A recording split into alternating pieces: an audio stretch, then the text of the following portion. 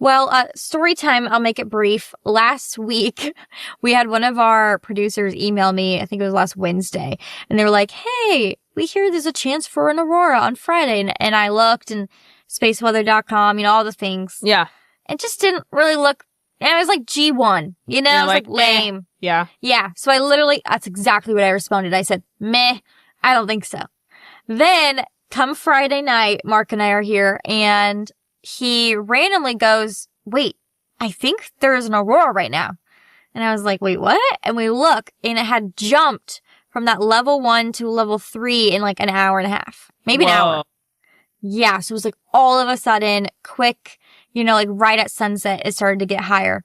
So, for us, it was a shock. Now, granted, we could have maybe looked Thursday and seen there was a better chance. I don't know. I just ignored it. Well, but sometimes with those solar storms, they can be kind of unpredictable like that too, right? Like they can go up and down in a moment's notice. So, Exactly. Yeah. And that's kind of exactly what happened. And it was so fun because it was right around sunset. So people were awake for it for the most part. And it is the day before 4th of July. So maybe, you had plans or whatever. But Kelly got this photo, and this was such a pretty Aurora. I mean, they're all pretty, but this one especially had the greens and the magentas and even some pillars moving through. The pillars are the lines you're seeing. That was just stunning. This one's really pretty. You can really see the pillars in this one. Yes. Wow. Bonnie Shepherd in Mount Emily. I actually didn't know where that was. That's in far northeastern Oregon. Okay. Cool. I didn't know. Now I know. Thank you, Bonnie. This one looks unreal. My truly. gosh. Wow. Steve, you outdid yourself. This one's good. That's so good. Yeah, the green reflecting in the lakes there. This is at Cascade Lakes. Oh my gosh. I'm very impressed. And then lastly, we actually have a video, but I decided, this guy, Eric, you'll meet him in a second here. He is kind of a time-lapse expert. Now, he showed us this time lapse, and it's 2.5 minutes long. I think I included about 1.5 minutes of it in our interview. But I was like, yeah, I can't, maybe he was out there for an hour or two. He was out overnight for 6 hours camping with his camera just to get this time lapse. Wow, that's dedication. Isn't that incredible? Yeah. Yeah. I'm like, what do you do? And you'll find out. He answers the questions. We're going to play the interview. It's about 15 minutes long, and then Camilla and I will be back with more of the podcast. All right. Hi, guys. I'm interrupting our First Alert Weather podcast with a special guest. We're talking all things Aurora with Eric von Schussler. I knew I'd stumble over that, Eric. Well, thank you so much for joining us. And you caught a really incredible video. I'm going to play it over us right now so everyone can see. It's a time lapse of the Northern Lights that was last Friday night, just before the 4th of July began. It was kind of an unexpected, stronger storm. From my knowledge, I was actually looking at it a couple days before we knew there was a flare. And we were forecasting maybe level 1, maybe level 2. And so I thought, no shot, we'll see it. And then all of a sudden, Mark and I were like, oh my gosh, hold on, it peaked. All of a sudden, we're at a KP7.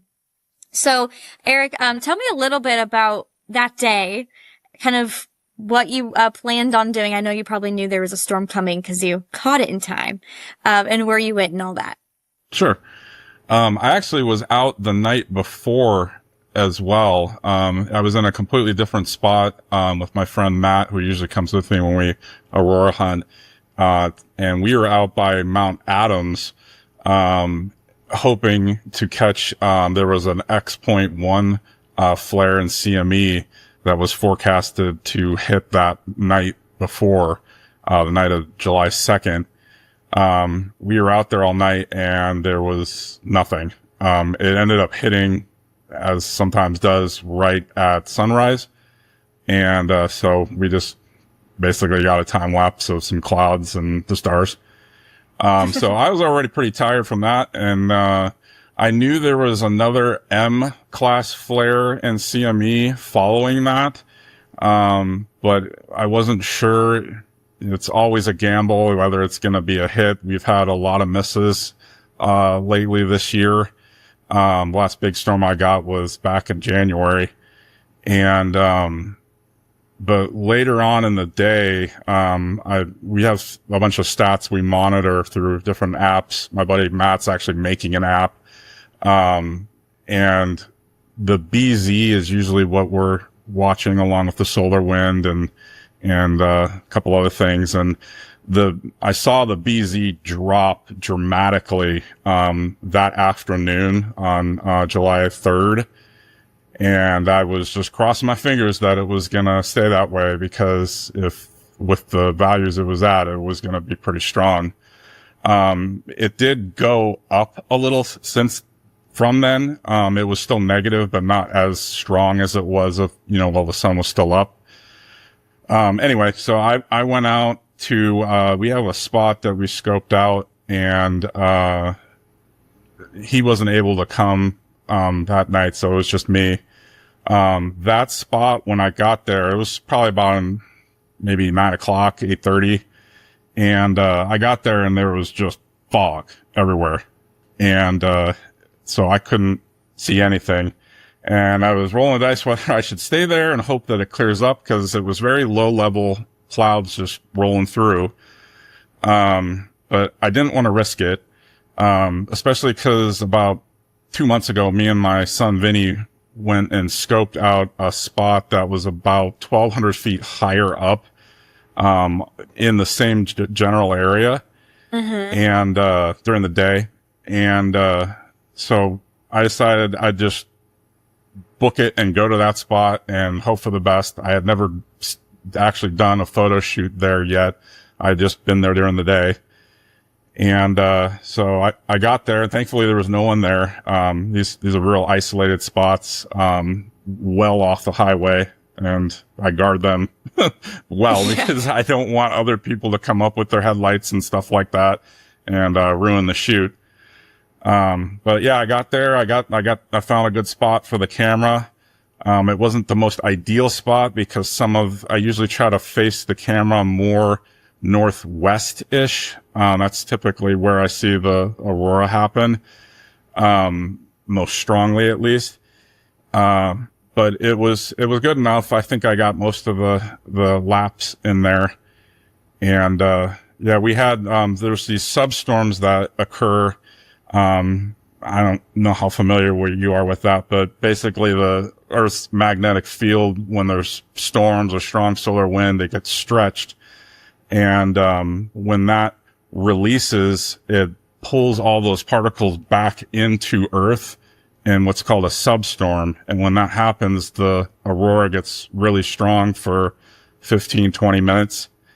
And, there was a substorm going on right when I started shooting the time lapse, which was really cool, cause it kind of got a little bit of the sunset, and, was able to see that. And then there was another substorm that occurred right before sunrise, and then a massive one that occurred about 2 hours later after the sun was up. So I wasn't able to catch that one. Always. Unfortunately. But it always ends up that way. It still ended up looking pretty neat, I think. I thought the low-level marine layer clouds rolling through on the left-hand side of the time lapse, kind of gave it a nice touch.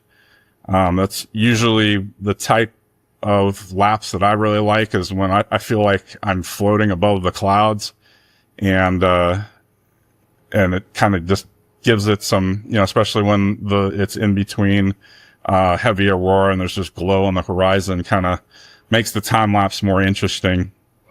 Right, exactly. And this was near the Clatsop Forest, and so you had to be pretty high up. I just want to know your process. I mean, this is not just a time lapse you're taking, obviously not on your phone, but even just a 1 minute to 10-minute time lapse. This is a 6-hour time lapse in some cases. So what are you doing while this camera is just sitting there and you have to have it stay still? Do you camp out?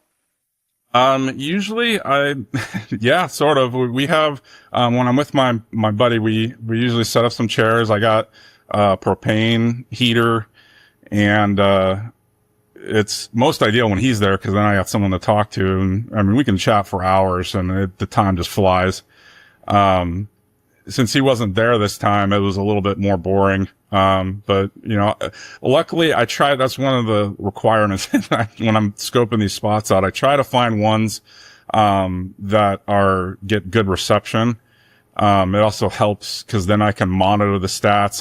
We watch, this GOES, which is one of the satellites, and that's how we can determine when a substorm is going to happen, when, the values will go down negative, or not negative, but they'll drop. And then when they release, there's usually a straight line or a very vertical oriented line. And when that happens, I know a substorm's on its way. And, so it's always nice to monitor all the stats. And, you know, especially if the BZ goes north, then we won't be able to, that basically is like putting two north magnets together, and most of the particles don't just bounce right off Earth. So it's nice to be able to monitor that, while we're there. And, so I look at that, and I'm in some other, Aurora groups that, I like to go on there and look at the pictures they're posting or videos and see what people are seeing, especially up in Washington, since they're a little farther north. They can get some pretty cool shots up there. Yeah, I bet. And you said this is actually almost visible to your naked eye, which is hard to see, especially I think at a level 3 storm. Usually it needs to be a little stronger for us to see it with the naked eye. So that was pretty cool. Yeah. You could definitely see it with your naked eye most of the night. The colors aren't as vivid. When you see it with your naked eye, it looks more like, kind of like whitish or grayish. But you can definitely see the textures. I know especially in the second substorm that happened right before sunrise, I was sitting there and I was like, what is that? And it looked like someone was shining a spotlight just straight up through the clouds, except there wasn't really any clouds there. And, you know, it's hard to see because, especially with the moon out, that kind of fades everything and makes it harder to see with your naked eye. But I could clearly see some of the pillars forming, during the initial onset of that substorm, which was really cool. Yeah, that's so cool. I've never seen that. I think I've only seen a little bit of a green hue on the horizon. But I felt that was good enough for me. I thought that was cool. Also, I was going to ask you, how long have you been doing this time-lapse thing? Staying up all night, trying to find the aurora? Or I know you do even like star time-lapses, Mount Hood and all that. So it all started, probably about 8 years ago. Me and my wife were in, Idaho. And, at that time, I didn't really know much about Aurora at all. And I just assumed that you had to be up in Alaska or in the upper Canada region to see anything. And, we were at a hotel, just traveling on a vacation. And I was actually unpacking my truck to go in the hotel. And we saw or I looked out and I thought it was mist from a sprinkler. Just flowing through the air because there was a bunch of spotlights on the hotel shining down. And I'm like, wait a minute, they don't even have the sprinklers on. And I was like, oh my God, that's the Aurora. And so I got my camera out and I set it out in the parking lot and I got a bunch of pictures. And of course they showed up. I could see the colors and the green. And, yeah, that night we didn't go back to the hotel. We went and got our stuff and we went out to the Craters of the Moon National Park. And, that was the very first time lapse I did. I didn't really know what I was doing. I had only done like Milky Way type photography at that point. And that's kind of when it sparked my interest. Then we had, our son Vinny, and that, you know, obviously having a baby made it difficult to go out and spend all night doing stuff. So, there was many years past that I didn't really go out and do much with it. Until there was a massive, G5 storm back in May 10th of 2024. And, me, my wife, and, my son Vinny went out to Goldendale and, I did a time lapse there and it was like everything aligned. It was a Friday night. It was warm. There was no moon. We found a good spot in like this field area And it was the most incredible experience I think I've ever been in. That was seeing the storm with no light pollution or little light pollution, and have it be above your head and just rain down on you was a complete experience that I will never forget. It kind of looked like I was in one of those like LED fireplaces or something, the way it was like pulsing around and stuff. That's awesome. And that's when I started getting hooked on the time-lapsing stuff. I started going out more and more frequently.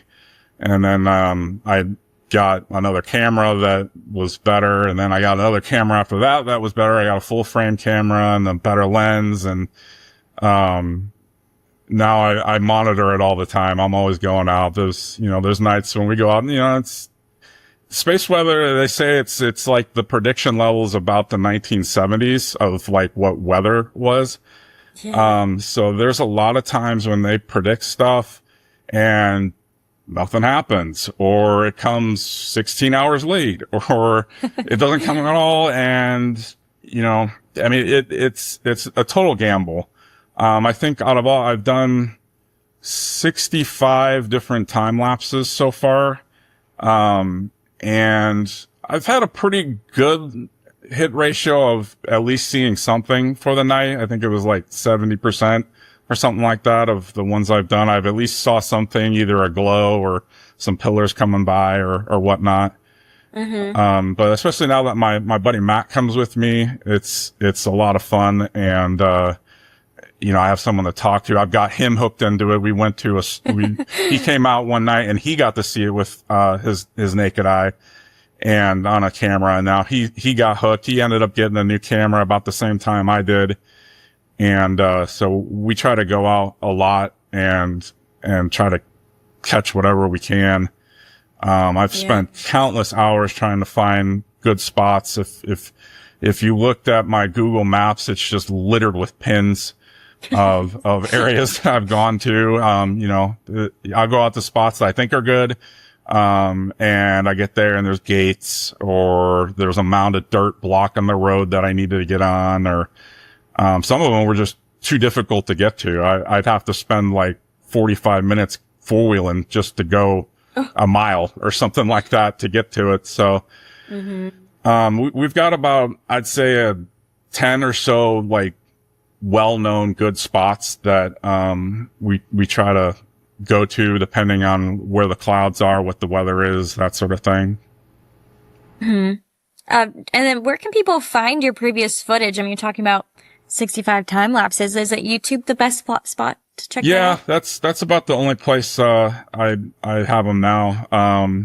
The YouTube, I've tried my very best. They re-encode the videos. And so some of the colors are not quite as vivid as what my originals look like, but, I've spent countless hours trying to chase that down, and do all different codecs. I basically dump a complete lossless 50 gig file usually to them and hope that they can process it the best. But yeah, that's where I have everything. All right. Well, thanks to Eric. That was a great interview. I loved his tidbits on, he has a very young son and he brings his son out sometimes and they can see these northern lights or auroras with their naked eye. So fun. That's such a bucket list item for me. I hope to be able to see one with the naked eye at some point as well. Yes. It's so hard to do where we live. Yeah, I know. Yeah, you'll see a link there at the bottom. I also put it at the end of our interview. If you ever want to pause the podcast and just copy that link into your browser, that is going to lead you to a playlist of all the time lapses that Eric has on YouTube. So it's not just the auroras. He has really cool just star time lapses, and has really good spots. He says he will not disclose where all of his hidden spots are. Top secret, obviously. Yeah. Yes. Yeah, so shout out to Eric. Super cool video. All right, term of the week. Here we go. Oh, I'm going to play this for you, Camilla. Yeah, this is a video. This was on Tuesday. Okay. Oh gosh, hold on. Let me scroll down a little bit. The play button's just hidden. Okay. Oh, will this not play? Guys, I hope it plays. It's going to be a big thing. I watched it earlier. Really? Dang it. Let's try it again. Yeah, go back one slide and come back in. Maybe it'll work. Only 8 seconds. I did see a play button pop up at one point. Yeah, it is a play button. It's just not going. playing. Okay, Darn well, we got it. a photo. Yeah. It's not cool, though. Ugh. I know when I first saw this, I didn't realize it was a video, and I was just like, what's special about that still from our Strider's hospital camera? Then I realized it was a video. Yes. Yeah.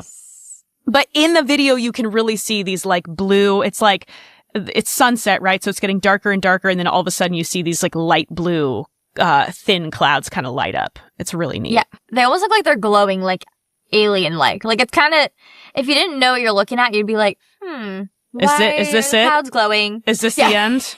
Yeah. Yes. So these are called noctilucent clouds, kind of a mouthful. Yeah, and they do happen from time to time. I think we have a graphic explaining more. Oh, that picture though, sorry, I'm getting ahead of myself, is from one of our assignment editors, Tim, captured them. Yes. Thank you for this picture. Here we Okay, are. so yeah, they're typically blue. I'm trying to remember if I saw, obviously they're seen around summer solstice. Is there a reason why they're more common in the summer, like in the warm months versus any other time? Do you know? I don't know off the top of my head. Okay. I wasn't sure either. Where's Tan? I know. I know. Tan watching live. Yeah, Tan Tannis. Great commentary. I wasn't sure if there was a reason for it, but yeah, these are happening really, really high up in the atmosphere. Basically, tiny, tiny, tiny ice crystals that actually are attaching onto dust particles way up high, like we're talking 50 miles up in the atmosphere. And around sunset or just after sunset, basically the sun is illuminating those ice crystals from below the horizon, and then the ice crystal is scattering the blue light. And you're seeing that because they scatter the blue light better than any other wavelength. So, they appear blue. But this last point is really interesting, Peyton. Not seen until after the 1883 Krakatoa eruption. And I imagine it's because of the dust that was emitted into the atmosphere. Yeah. Isn't that crazy that the dust can just be suspended in, I think it's the mesosphere, as if it's that tall. Yeah. I read that somewhere. For like thousands and thousands of years. Yeah. It's crazy. Yeah. It's so crazy. I mean, who knows? We could have also seen them before that point, because the odds are a little bit rocky before 1880s, but I could see that. But I think there's another volcanic eruption more recently too that they blame, but who knows? Yeah, or if we see, maybe it's, if we see more of those significant volcanic eruptions, we'd probably see more of these clouds later on after the fact. It makes sense. Yeah, I think it's just so crazy how tall they are. I mean, 5 times higher than thunderstorms. Yeah.